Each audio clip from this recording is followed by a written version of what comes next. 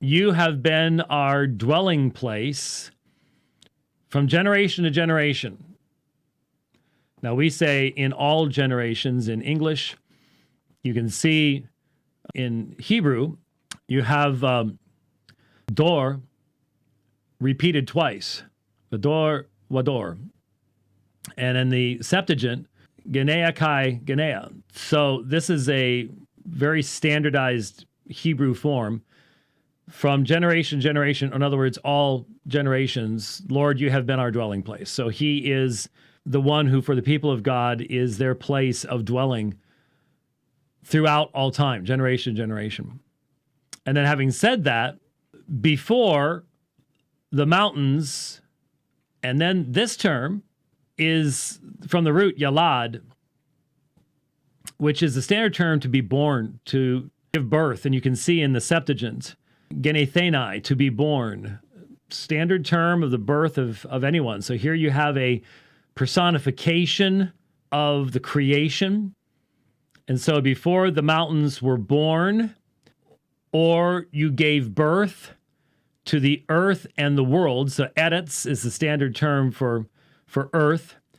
But tevel is like, well, over here in the Septuagint, oikumene, that's where we get economy, the indwelt world. So the earth and the world.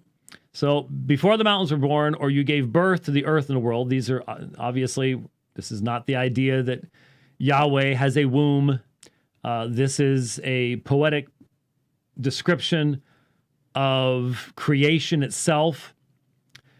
And there may be some apologetic context to this because of the fact that in many of the ancient religions, the gods themselves came from creation, from some disturbance in creation or something like that.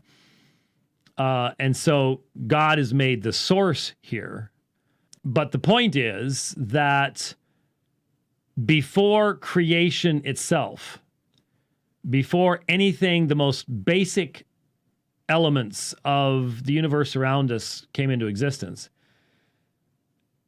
me olam, from everlasting, ad olam, to everlasting, you are El, you are God.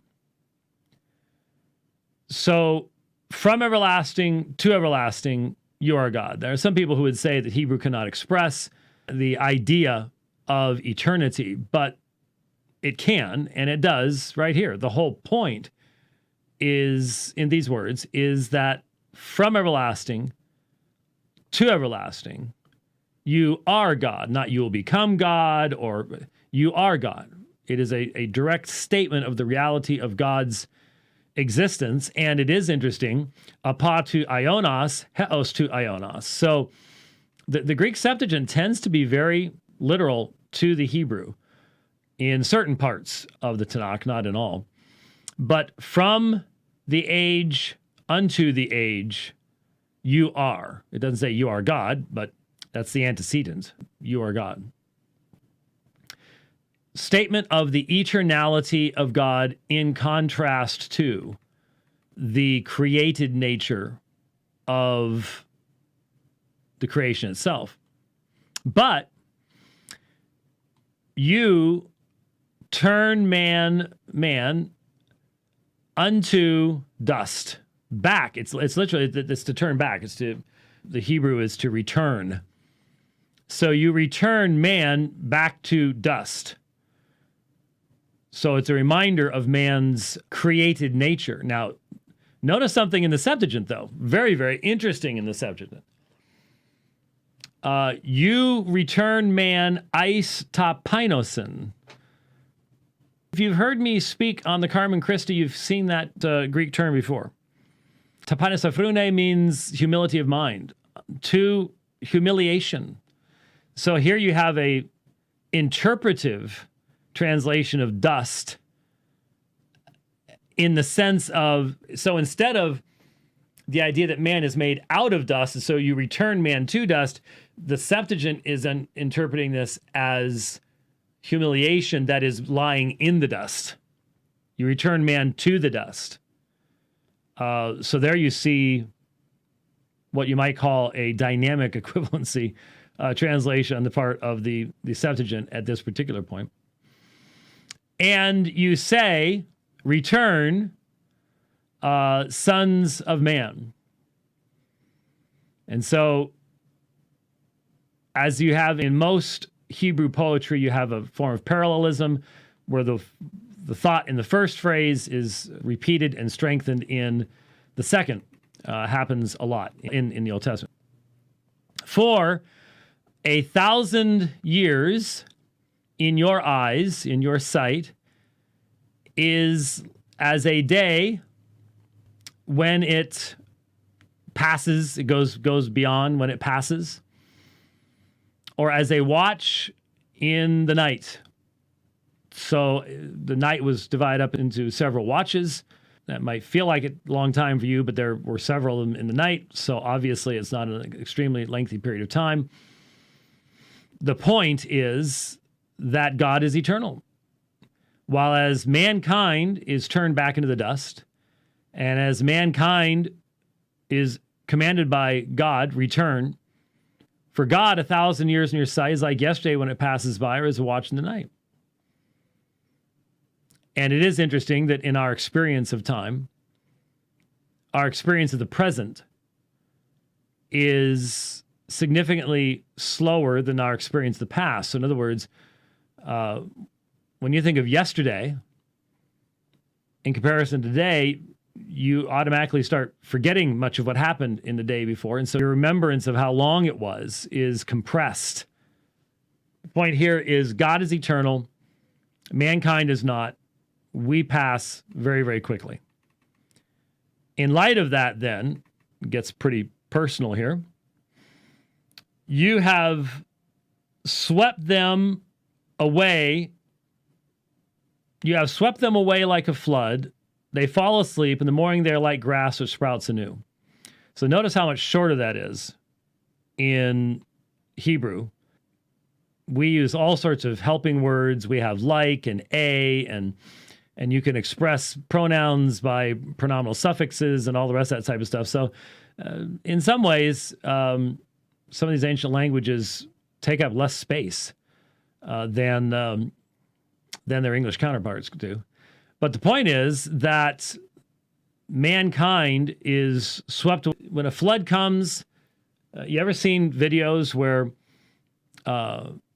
you have the raging flood coming and some silly, well, we have to do this all the time here in Arizona.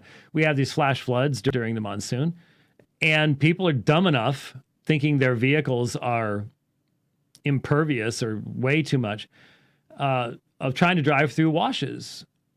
And not only does water pick the vehicle up, but the rushing water is an incredibly powerful thing. And it just drags people away. Just you cannot stand against it. And so you have swept them away like a flood. They fall asleep. In the morning, they're like grass which sprouts anew. And so it's the temporary nature of man is being emphasized here. The brevity of human life and experience is being laid out for us.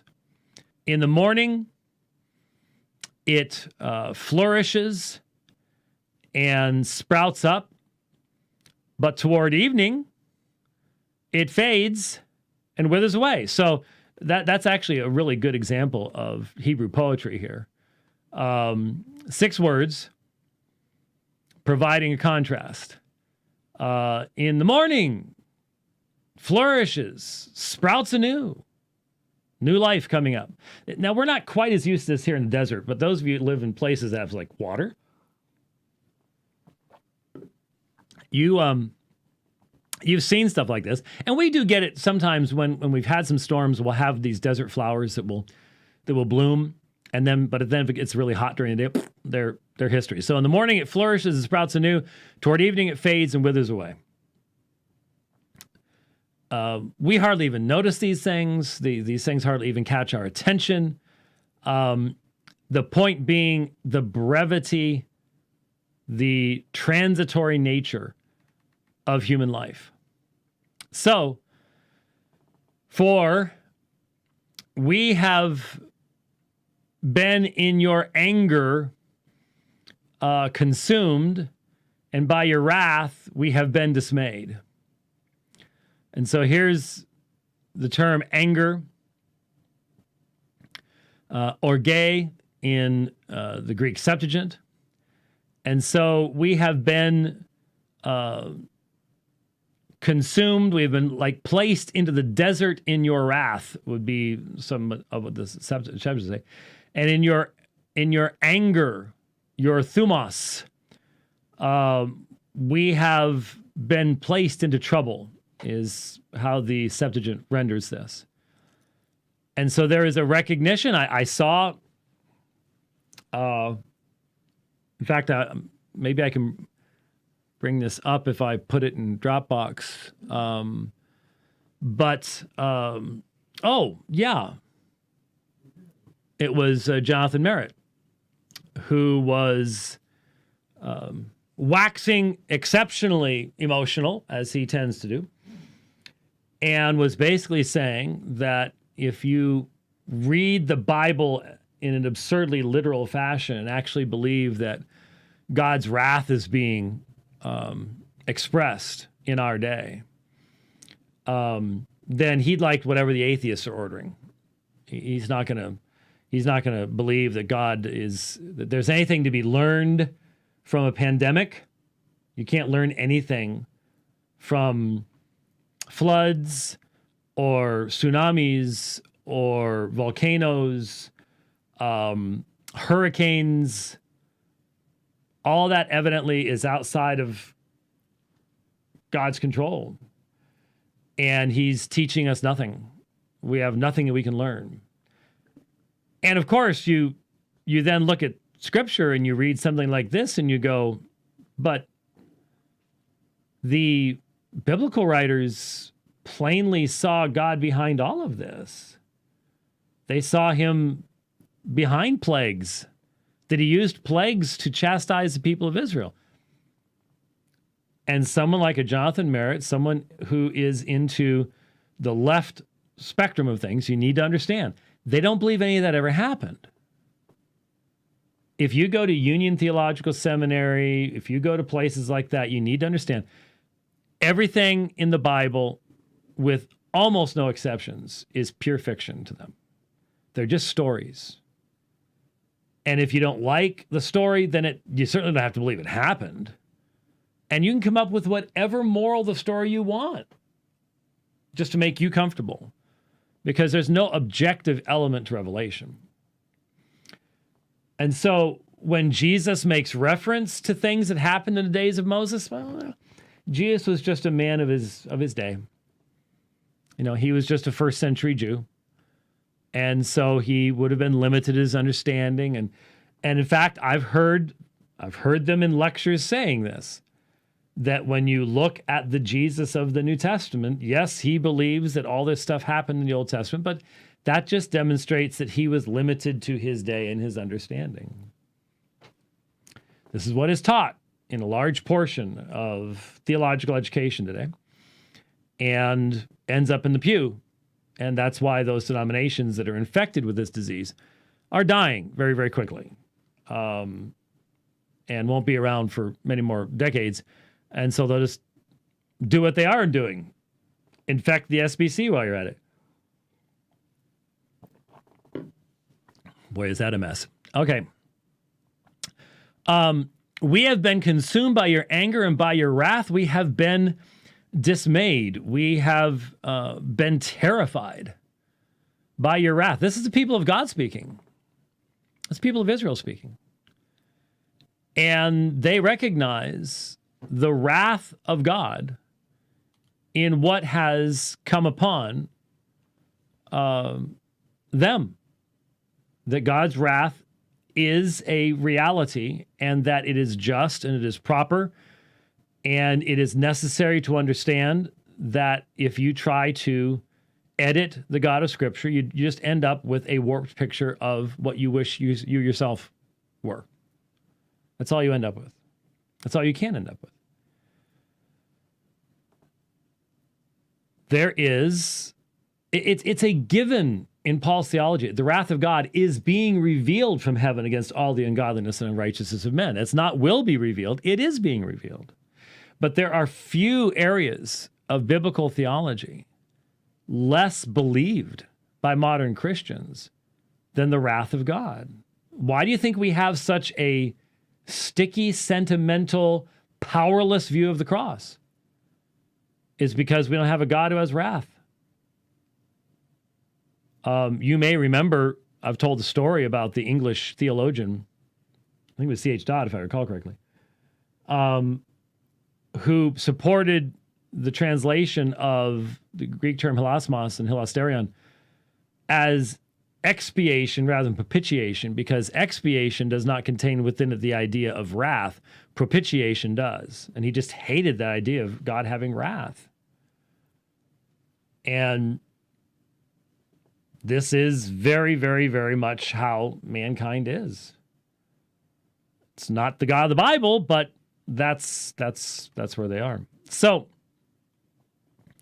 you have placed our iniquities, our anamias, our rebellions against the law, anamias. You can see namas in there. Our lawlessness before you. Our secret sins in the light of your presence, before your face, literally, in the Greek Septuagint. So in other words, this is just simply a statement. God has remembered our transgressions. And he promised in Deuteronomy 28:29, blessings and cursings. So when he brings judgment to bear, he's being righteous. He gave warning beforehand. For all of our days have declined in your wrath, in your fury. We have finished our years with a sigh. With a sigh. And both the Septuagint and the Hebrew have the same understanding. Not with rejoicing, but with the sigh of sadness of those who have seen their days cut short. Very similar terminology to what you'd see in the Book of Lamentations, repeated over and over again after the destruction of Jerusalem, if you want to see how this works. As for the days of our life, they contain 70 years, and if due to strength, 80 years. Funny how we're right around that same place today. Now, believe me, there have been many times between then and now when this was a dream. When this was a dream. It's interesting. I've never looked at it. I've never seen anybody even mention it. But I wonder what, like, medieval interpreters did with a text like this. I wonder if there's anybody. This would be really interesting to know. And maybe there is somebody out there in this audience who does know.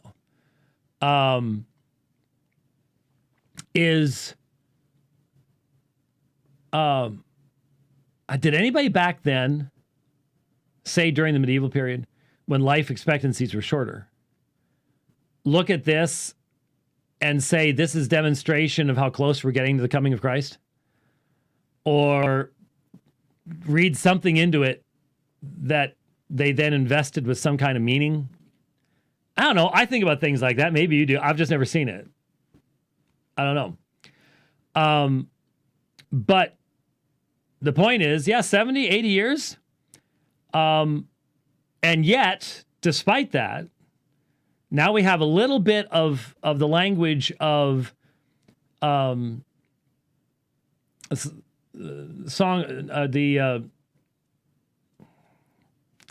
preacher, Ecclesiastes. Yet their pride is but labor and sorrow, And then it is gone. So then it is quickly gone, and it just flits away, flies away. Now there's some interesting, the Septuagint here, I'm not going to go into a lot, but sort of seems to go it's a little bit of its own way. So instruction and discipline. Well, no, they went a different way, which makes me wonder if there's a different tradition underlying that particular part of. You notice, by the way, I forgot to mention this. This is the 89th Psalm in the Psalter in the Septuagint. Septuagint has a very different numbering system. Well, not very different, but it can be tough to find stuff in the Septuagint because it did number things differently. But the point again is, their pride is but labor and sorrow, for soon as gone we fly away. The brevity of even the 70 and 80 years in comparison to God. If 1,000 years is like yesterday, then 70, 80 years is nothing in comparison to God. So the question is asked, who understands or knows? Yada, gnosko, key theological terms in other contexts. Who knows the power of your wrath? The power of your wrath, your anger, and your fury, according to the fear that is due, according to the phobos, the fear of you, and your rage or anger. So you've got power, you've got wrath, fear, anger, all wrapped up here in 89:11. Who knows the power of your wrath, and from the fear of you, the anger of you is literally what you have in the Greek Septuagint. The Hebrew would indicate, and your fury according to the fear that is due to you, that it is appropriate for creatures to show proper, not just respect. I know this is real common today, but fear of God. You're talking about your Creator, the one who holds you in his hands, against whom you sin daily. And yet we take that for granted in many ways and do not show him the fear that he's due. So, in light of that,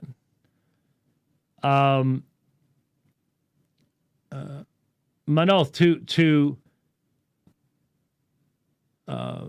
teach us our days so that we might know, number our days that we might know. So yada being here in the sense of teaching. And the Greek, of course, is from which the same form from which we get arithmetic, maths, as they say in England. So to number, to